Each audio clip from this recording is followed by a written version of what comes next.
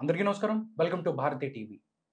ఒక సామాన్యుడు ఒక పెద్ద సామ్రాజ్యాన్ని ఏర్పాటు చేశాడు. ఒక చెరిగిపోని ముద్ర వ్యాపార రంగంలో అవ్వచ్చు, మీడియా రంగంలో అవ్వచ్చు, ఒక ఐకాన్‌గా మిగిలిపోయారు. ఆయనే రామోజీరావు గారు. ఈరోజు ఆయన ఏదైతే ఉందో చనిపోయిన పరిస్థితి, ఆయన యొక్క జ్ఞాపకాలను తెలుసుకునేటానికి ఈ కార్యక్రమంలో ఉన్నాం. మనతో పాటు ఉన్నారు శంకర్ నారాయణ గారు. సార్‌తో మాట్లాడదాం, మరిన్ని విషయాలు తెలుసుకుందాం. నమస్కారం శంకర్ నారాయణ గారు. నమస్కారం అండి. మీలాంటి పెద్దలతో మాట్లాడటం నిజంగా మా మా అదృష్టం అండి. నేనుగా సార్ ఎంతో మంది పెద్దలకు మూల పురుషుడైన పెద్దల రామోజీరావు గారు. రామోజీరావు గారికి భక్తి లేదనుకుంటారండి. లేదు కూడా నిజానికి. కానీ ఆయన చిన్నప్పుడు పెద్ద భక్తి ఉండేది ఆయనకు. ఏం చేసేవాడు, ఎప్పుడు ఆయన ఫైటింగ్ అన్నమాట అంతే. ఆయన గుడివాడ తెలుసు కదా మీకు? తెలుసండి. ఆ గుడివాడ దగ్గర కామాక్షమ్మ గుడి ఉంది. దాదాపు 100 ఏళ్ళ నుంచి ఉంది. అది ఉంటే అక్కడికి వెళ్ళేవాట. వెళ్ళి 5 కొబ్బరికాయలు కొట్టేవాట. 5 కొబ్బరికాయలు కొట్టేవాడు. కొట్టేసి పలానా సుబ్బారావు అంతు దా అనుకునేవాడు. అంటే ఆయనకేదో ఎవరి మీద కోపం వస్తుంది.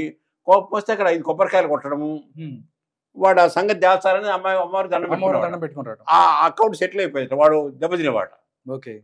ఒకరోజు సడన్గా శంకర్ నారాయణ నీకు గుడివాడ తెలుసా అన్నాడు. గుడివాడ తెలుసు అన్నా. అక్కడ కామాక్షమ్మ గుడి ఉంది. నాకు ఇప్పుడు భక్తి లేదు కానీ చిన్నప్పుడు భక్తి.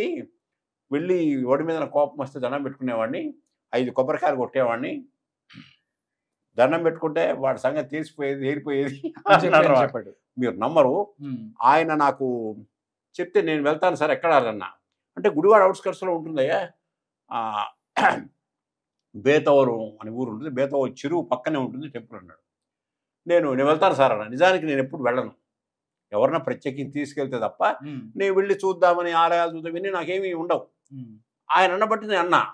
మీరు నమ్మరు, మర్నాడే అక్కడ గోగినేని వెంకటరత్నం గారని ఇప్పుడు ఈఎన్టీ స్పెషలిస్ట్ సార్ పెద్దవాడే, ఆయన ఫోన్ చేసి శంకరనారాయణ గారు మా గుడివాడలో ఆఫీసర్స్ క్లబ్లో మీరు హాస్యావధానం చేయాలి, మీకు ఎంతగా ఉన్నా ఇస్తామని చెప్పాను. అది కాదండి మీ ఊళ్ళో కామాక్షమ్మ గుడి ఉంది కదా చూపిస్తారా అన్న.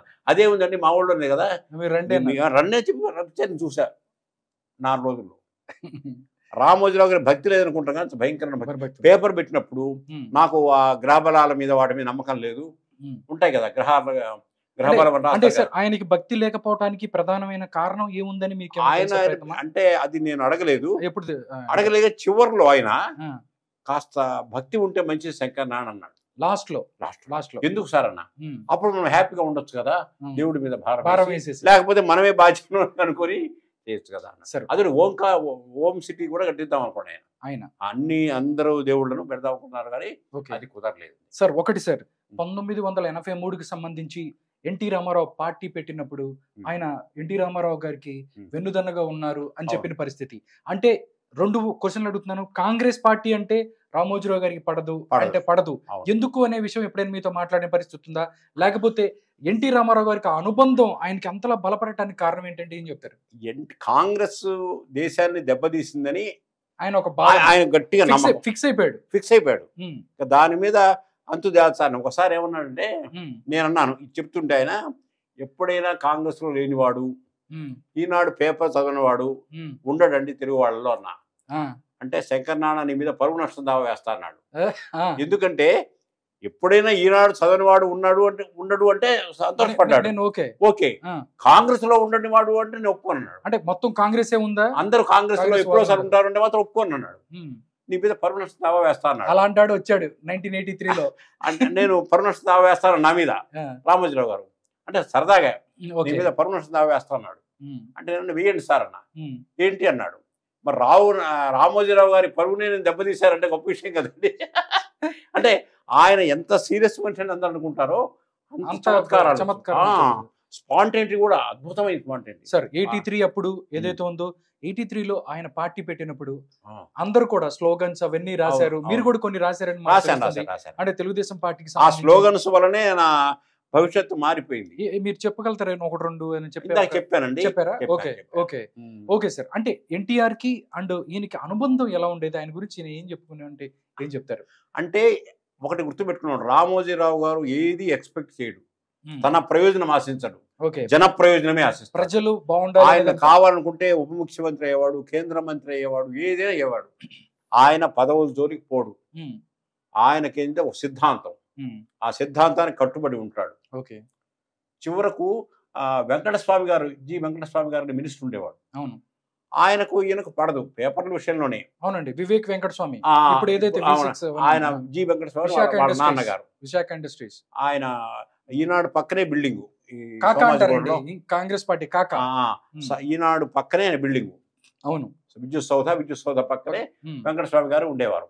ఓకే. అప్పుడు ఏదో ఈయన రాయడం వల్ల అక్కడ గొడవ వచ్చి కార్మికుల్ని, ఇక్కడ స్ట్రైక్ జరిగితే ఆయన కార్మిక మంత్రి అయి దాన్ని సపోర్ట్ చేశారు. వాళ్ళిద్దరి మధ్య వైరుధ్యాలు ఉన్నాయి. ఓకే. చివరకు లాస్ట్ స్టేజిలో వెంకటస్వామి గారు వచ్చారు ఆయన దగ్గరికి. ఎవరైనా రామోజీరావు గారికి రావాల్సింది తప్ప రామోజీరావు గారు ఎవరి దగ్గర వెళ్ళాడు ఎప్పుడైనా. అంతే. మోడీ కూడా వచ్చారు 2 సార్లు. అవును, ఆయన కూడా కూర్చుని వచ్చాడు, అద్వానీ వచ్చారు, జగన్ కూడా 2 సార్లు వచ్చారు. అవును, ఆయన దగ్గరికి వచ్చారు. సార్ ఒకటి సార్. అయితే నేను అన్నా ఒకసారి, వెంకటస్వామి వస్తున్నాడు నవ్వాడు. వెంకటస్వామి వస్తున్నాడు నవ్వాడు. ఏమంటే మీ జాతకంలో ఒక విశేషం తెలుసా అన్న. ఏంటన్నాడు. ఎవడన్నా మీ దగ్గర శత్రు వినాశక యోగం ఉందండి, మీతో పెట్టుకున్నవాడు దెబ్బతింటాడు నవ్వాడు. ఓకే, అంటే ఆయన ఏది కావాలని చేయడు, బట్ ఆయన పని ఆయన చేసుకుంటాడు. ఆయనకు ఒక లక్ష్యం ఉంటుంది, ఒక కార్యక్రమం ఉంటుంది. తను నమ్మిన దానికి ఎవరు అడ్డం వచ్చినా ఊరుకోడు, డీవియేషన్ కూడా మనకి రాదు. ఓకే, ఆయన ఏమనుకున్నాడో చేసుకుంటూ వెళ్ళిపోతాడు. బంధు ప్రీతి కులతత్వం ఆయనకి ఏమీ లేవు. ఆయనకు ప్రిన్సిపులే ప్రిన్సిపులే గైడెన్స్, అంతే అంతే. దాన్ని నమ్ముతాడు, దాని ప్రకారం పోతాడు తప్ప. తర్వాత నేను అన్నాను, ఏ బలహీనత లేకపోవడమే కదా మీ బలం అన్నా. కులం గాని, మతం గాని, ఆడవాళ్ళని గాని ఏమీ లేదు. ఇది కరెక్టా కాదా అంతే అంతే. పిల్లవాడైనా సొంత పిల్లలైనా సరే చివరికి సుమన్ గారిని కూడా ఆయన మన ఈటర్కు చూపించి వాళ్ళు బాగుందంటే ప్రసారం చేయాలి తప్ప మనం యజమానులం కాబట్టి ప్రసారం చేయాలంటే వీల్లేదున్నాడు. అసలు సూపర్ కోడ్ కదండి అసలు. అయ్యో అవును అంతే. Okay okay. ఇంకొకటి సార్, అంటే మీరు ఎన్టీఆర్కి దానికి ఆయనకి సంబంధించి అనుబంధం ఉంది అని చెప్పినప్పుడు రాజశేఖర రెడ్డికి ఈయనకి ప్రాబ్లం ఏంటండి? అంటే సేమ్ ఏదైనా ఆయనకు కొన్ని సిద్ధాంతాలు పడతాయి, కొన్ని పడవు. పడవు అంటే మాత్రం ఎవరినైనా సరే అంతే. రాజశేఖర రెడ్డి గారు ఒక పెన్ను ప్రజెంట్ చేశారట ఆయనకు. ఏదో ప్రజెంటేషన్ ఇస్తారు కదా, నాతో అన్నాడు రాజశేఖర రెడ్డి నాకు ఒక పెన్ను ఇచ్చాడు, ఈ పెన్ను వర్త్ గల వాల్యూది ఆయనకు మళ్ళీ రిటర్న్ చేయాలన్నాడు. అంటే పేపర్లో నిజం రాసి మళ్ళీ అంతే అంతే తప్ప ఒకరి దగ్గర ఏమి ఆశించడము కుదరదు. దగ్గరకు వచ్చిన వాడు కడుపు నిండా తినిపోవాలంతే. నేను ఒకసారి తెలుగు మీటింగ్ లో చెప్పాను, ఏమంటే ఈనాడు చాలా స్ట్రిక్ట్ అని తెలుసు కదా, లంచ్ టైం గంట, ఈ గంట సేపు మీరు తింటూ ఉండాల్సిందే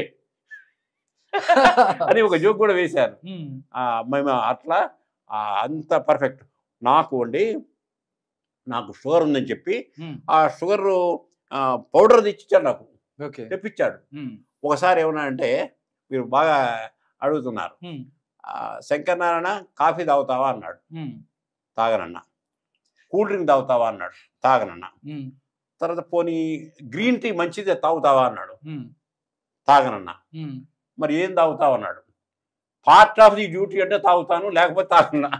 అంటే ఇది డ్యూటీలో భాగం అంటారు ఎవరన్నా, ఇది డ్యూటీలో భాగం అంటే తాగుతానండి అంటే డ్యూటీలో భాగం కాదు ఇష్టం అన్నాడు. ఆయన చతురత సీరియస్ మనిషి, ఎప్పుడు చూస్తే సీరియస్ గా ఉన్నట్టుగా అనిపిస్తాడు. కాదు, ఆయన చాలా తిమిత్యం అని ఒక జోక్ అక్కడ చెప్పకూడదు, అట్లాంటి పర్సనల్ జోక్స్ కూడా ఆయన చెప్పాడు. తిమిత్యం. ఇంకొకటి కూడా సార్, సుమన్ కి సంబంధించి కొంచెం కాంట్రవర్సీ ఉంది, ఆల్రెడీ పనిచేసిన పరిస్థితి. అంటే ఒకటి సార్, అంటే చాలా మందికి కూడా, ఎందుకంటే రామోజీరావు గారు కొడుకులు ఎవరైతే ఉన్నారో ఆయనంత ఎత్తుకు ఎదగలేదన్న పరిస్థితితో, లేకపోతే what ever it is, Suman కి అనుకున్న కాంట్రవర్సీ అంటే నేను చెప్తాను ఏంటంటే, సుమన్ గారు బేసిక్ గా ఆర్టిస్ట్. అంటే ఆయన రాస్తాడు, పాడతాడు, నటిస్తాడు, దాంట్లో బాగా పైకి రావాలని ఆయన కోరిక. రామోజీరావు గారి సిద్ధాంతం ఏంటంటే, మనం యజమానురా, అందరి చేత పని చేయించాలి, నేనే నటిస్తాను, నేనే పాడతాను, నేనే ఆడతాను అంటే అది కుదరదురా. మనం దాని మీద ఏంటంటే ఈ పిచ్చిలో పడతారు, నేను బాగా పాడతాను, నేను బాగా యాక్ట్ చేస్తాను, ఈ పిచ్చిలో పడి మనం మేనేజ్ చేయలేము, మొత్తం పోతాయి, అట్ట వద్దు అంటాడు. ఆయన అది ఒప్పుకోడు. చివరకు ఆయన చనిపోయిన తర్వాత మాత్రం చాలా బాధపడ్డాడు. ఒక నెల రోజుల ముందు అడిగా, ఏమండి మీరు డల్ గా ఉన్నారు ఏంటండి అని అడిగా. ఎవరినండి? రామోజీరావు గారు. రామోజీరావు గారిని అడిగా, ఏంటండి చాలా నీరసంగా ఉన్నారు, డల్ గా ఉన్నారు, బాధగా ఉన్నారు ఏంటి అని అడిగా. ఆయన పర్సనల్ గా అతను ఎవరు అడగరు, ఇంత కొద్దిమంది ఎవరిని అడుగుతారో నాకు తెలియదు కానీ ఓకే. నేను అడిగేవాడిని, ఏంటంటే డల్గా ఉంటున్నారు ఈ మధ్య అని. అంటే చెప్పాడు, సుమన్ చచ్చిపోతాడని చెప్పి డాక్టర్ చెప్పారు. కొడుకు కళ్ళ ముందు చచ్చిపోతాడంటే ఏ తండ్రికైనా ఎట్లా ఉంటుంది, నా పరిస్థితి కూడా అన్నాడు. చివరకు చచ్చిపోయిన తర్వాత ఆ సుమను ఎంత గొప్పగా రాస్తాడు తెలుసా శంకరాన నీకు, మధ్యలో ఏదైనా డౌట్ వస్తే స్పేస్ వదిలేస్తాడట. వాళ్ళని అడుగుతాడా? ఇంకా కాదు, అది కనుక్కొని ఆ స్పేస్ లో ఫిలప్ చేస్తాడు తప్ప కొట్టివేత ఉండదన్నాడు. అవును, అంటే ముందు తెలుసుకొని రాస్తాడు. ఏ డౌట్ ఉంటే ఆ స్పేస్ ఆపేసి ఆ వాక్యానికి ఏదో స్పేస్ ఆపి మళ్ళీ రాస్తాడు తప్ప, అప్పుడు కంప్యూటర్లు లేవు కదా, చెప్పాడు. అంతే తప్ప రాసి కొట్టేయడము అది లేదట సుమన్. ఓకే, అట్లా చెప్పాడు. ఇంకొకటి సార్, ఇంకోటి కూడా, ఇప్పుడు ఆయన అజాత శత్రువు, ఆయనకి ఎవరో శత్రువులు ఉన్న పరిస్థితి, బట్ ఆయన పని ఆయన చేసుకుంటూ వెళ్తాడు. శత్రువులు ఉంటే ఉండొచ్చు. ఉండవల్లి గారికి సంబంధించి కూడా ఈయనకి కొంచెం కాంట్రవర్సీలు వస్తుంది అంటే ఉంది. ఆ కాంట్రవర్సీల మీద కూడా ఆయన మాట్లాడుతూ కూడా, ఇందాక కూడా మాట్లాడుతూ అంటున్నారు, ఆయన నేను కలవలేకపోయాను, అవకాశం నాకు రాలేదు అన్నట్టు. అంటే శత్రువులు కూడా పొగిడే వ్యక్తి రామోజీరావు గారు వచ్చారా? ఉండవల్లి అంటే ఇక్కడ కాదండి, ఆయన మీడియాతో మాట్లాడుతూ చెప్పారు. నాకు కూడా మిత్రుడే ఉండవల్లి గారు. అంటే వీళ్ళకి అంటే ఏమన్నా చిత్రం ఏంటంటే, నవంబర్ లో ఎవరు గెలుస్తారని అడిగారు. అంటే వీళ్ళు కలిస్తే కూటమి గెలుస్తుంది అన్నారు. ఉండవల్లి గారు భయంకరమైన వ్యతిరేకంగా అనుకుంటాం కదా, ఆయన కూడా అన్నమాట. ఓకే, ఉండవల్లి గారికి పర్సనల్ గ్రెడ్జ్ ఏముందని నేను అనుకోను. ఓకే, ఓన్లీ ఆ నమ్మిన పాయింట్ అంతే. ఓకే సార్, అంటే ఇప్పుడు దాకా కూడా ఇంత సామ్రాజ్యాన్ని ఏర్పాటు చేసుకున్నాడు ఆయన, ఇది చెయ్యాలి, ఇది చేయలేదు అన్న ఎప్పుడన్నా చెప్పేవాళ్ళ?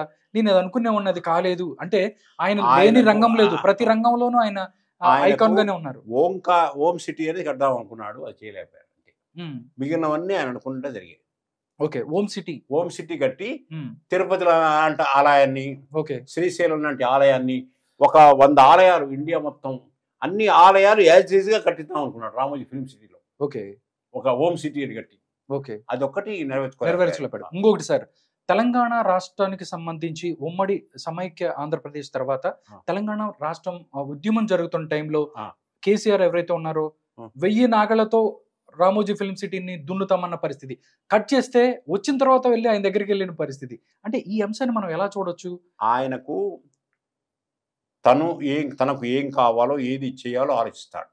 వాట్ మే కమ్, ఏం జరిగినా సరే దాన్ని ఫేస్ చేయడానికి రెడీగా ఉంటాడు.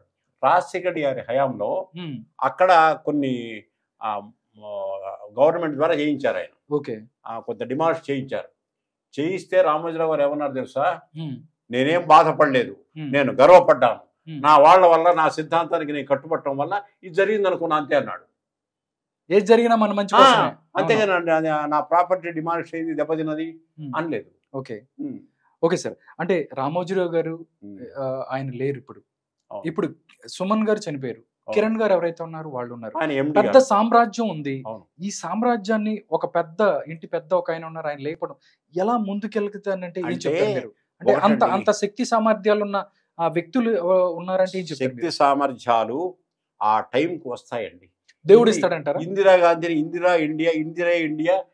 ఇందిరా అన్నారు. ఇందిరా తర్వాత ఏముంది, నెహ్రూ తర్వాత ఏముంది అన్నారు. ఇందిరాగాంధీ వచ్చింది కదా, ఇందిరాగాంధీ తర్వాత ఎవరన్నా రాజీవ్ గాంధీ వచ్చాడు కదా, రాజీవ్ గాంధీ తర్వాత మరి సోనియా గాంధీ, విదేశాల్లో పుట్టిన సోనియా గాంధీ వచ్చి కూడా 10 ఏళ్ళు పరిపాలించింది కదా. అంటే పరిపాలించిందంటే ఆమె అజమాయిషం జరిగింది కదా. కాబట్టి ఆ టైం అనేది అట్లా ఏదో ఒకటి చేస్తుంది. అంతేగాని ఇప్పుడు నష్టము అని మనం భయపడతాం, బాధపడతాము, ఆ పర్సనాలిటీని చూసి ఇలాంటి వాడు రారనుకుంటాం. కానీ కాలం చెప్పలేమండి, ఎలాగుంటుందో చెప్పలేము. ఓకే, లాస్ట్ అండ్ ఫైనల్ ఒకటి అడుగుతాను సార్. ఒకటి ఎన్టీ రామారావు గారు అంటే ఆయనకి చాలా అభిమానం, చాలా పిచ్చి గౌరవం ఉంది. బట్ అదే ఎన్టీ రామారావుని దించుతున్నప్పుడు నారా చంద్రబాబు నాయుడికి కొమ్ము కాశాడు, ఎన్టీఆర్ మీద పిచ్చి పిచ్చి కార్టూన్లు వేసాడు రామోజీరావు అని చెప్పి ఎవరైతే లక్ష్మీపార్వతి చెప్తూ ఉంటది, మిగతా వాళ్ళు కూడా అంటే ఆయన దించే టైంలో చంద్రబాబు వైపు ఉన్నాడు ఈయన అని, ఆయన డబ్బులు తీసుకున్నాడు, ఈ రకరకాల ఒక మరక ఉంది. అది ఎంతవరకు కరెక్ట్ అని మీరు? రామోజీరావు గారు డబ్బు కానీ పదవికి కానీ దేనికి లొంగేవాడు కాదు, ఖచ్చితంగా చెప్పగలను. అయితే ఆయనకు నమ్మకం ఉంటుంది, విశ్వాసం ఉంటుంది, సిద్ధాంతం ఉంటుంది, దానికోసం ఫైట్ చేస్తాడు. అక్కడ చంద్రబాబే కావాల్సిన పని లేదు, మీరున్నా నేనున్నా కూడా చేస్తాడు. ఓకే, ఆయన నమ్మితే ఆయన నమ్మాలి. Okay, thank you so much Shankaranarayana గారు. రామోజీరావు గారి గురించి మీ యొక్క జ్ఞాపకాలని మాతో షేర్ చేసుకున్నారు. నమస్కారం అండి. నమస్కారం.